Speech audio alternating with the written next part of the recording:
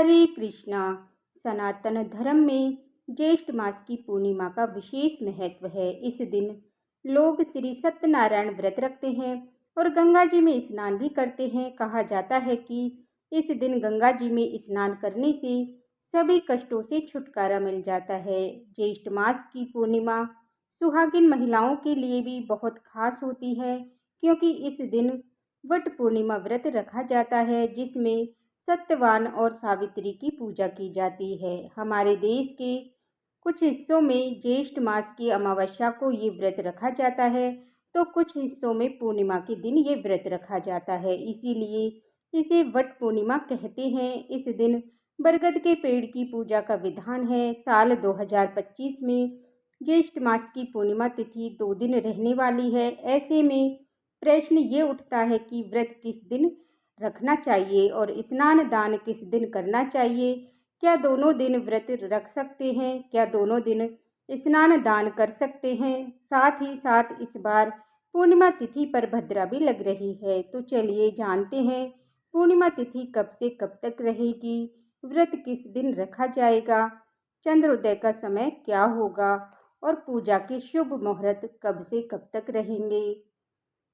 इस बार ज्येष्ठ मास की पूर्णिमा तिथि प्रारंभ होगी 10 जून मंगलवार सुबह 11:36 से। पूर्णिमा तिथि की समाप्ति 11 जून बुधवार को दोपहर 1:13 पर। इसीलिए इस बार वट पूर्णिमा का व्रत या पूर्णिमा का व्रत 10 जून मंगलवार को रखा जाएगा। श्री सत्यनारायण भगवान का व्रत भी इसी दिन रखा जाएगा। इसके अलावा 11 जून बुधवार को भी पूर्णिमा तिथि रहेगी, जिस दिन देव स्नान पूर्णिमा है, क्योंकि पूर्णिमा तिथि पर ब्रह्म मुहूर्त में नदियों में स्नान किया जाता है। मान्यता है कि पूर्णिमा तिथि पर सभी पवित्र नदियों के जल में देवी देवता भी स्नान करते हैं, और क्योंकि 10 जून को ब्रह्म मुहूर्त के समय पूर्णिमा तिथि विद्यमान नहीं है, इसीलिए पूर्णिमा स्नान बुधवार को ही किया जाएगा। 10 जून मंगलवार के दिन वट पूर्णिमा पर सूर्योदय होगा सुबह 5:44 पर। सूर्यास्त होगा शाम 7:08 पर। इसी दिन ब्रह्म मुहूर्त सुबह 4:08 से लेकर के 4:56 तक रहेगा। ब्रह्म मुहूर्त से पहले पहले जो महिलाएं इस दिन निर्जला व्रत रखना चाहती हैं, वो जल का सेवन कर सकती हैं। फिर उसके बाद आपको पूरा दिन नियमों के अनुसार जल या फल का त्याग करना चाहिए, जैसा भी आप व्रत का पालन करती आई हैं। बहुत से लोग वट सावित्री व्रत में जब तक पूजा नहीं की जाती है, केवल तब तक ही निर्जला व्रत रखते हैं। उसके बाद में अन्न जल या फलहार ग्रहण कर लेते हैं। अभिजीत मुहूर्त रहेगा सुबह 11:59 से लेकर के दोपहर 12:53 तक, और इस बार सर्वार्थ सिद्धि योग में पूर्णिमा का व्रत रहेगा। सिद्धि योग दोपहर 1:45 तक रहेगा और बाद में साध्य योग प्रारंभ हो जाएगा। इस दिन चंद्रोदय होगा शाम 6:36 पर। पूर्णिमा तिथि पर चंद्रमा 16 कलाओं से युक्त रहते हैं, इसलिए चंद्र दोष से पीड़ित लोगों को शाम को चंद्रमा को अर्घ देना चाहिए और चंद्रमा के दर्शन भी करने चाहिए।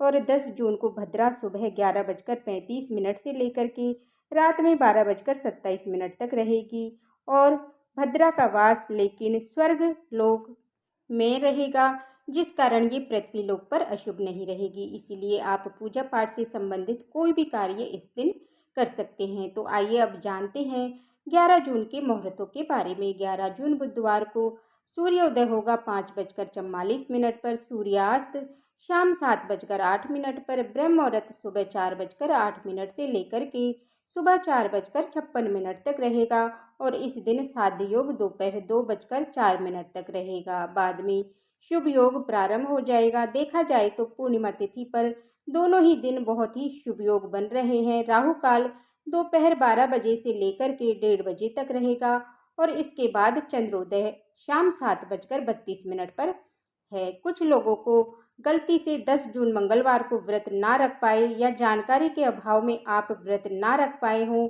और अगर आपने 11 जून बुधवार को व्रत रखा है, तो ध्यान रखिएगा कि शाम के समय चंद्रमा के दर्शन करते समय पूर्णिमा तिथि इस दिन विद्यमान नहीं रहेगी। और पूर्णिमा तिथि पर चंद्रदेव की पूजा ज़्यादा तभी फलित मानी जाती है जब पूर्णिमा तिथि हो और चंद्र दर्शन का शुभ समय भी प्राप्त हो रहा हो।